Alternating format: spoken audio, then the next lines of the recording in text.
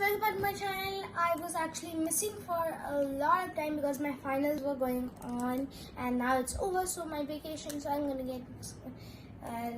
make some videos. And as you know from my title, I'm going to make this Rubik's Cube jumbled up one into on one side only it will happen, not like the full Rubik's Cube.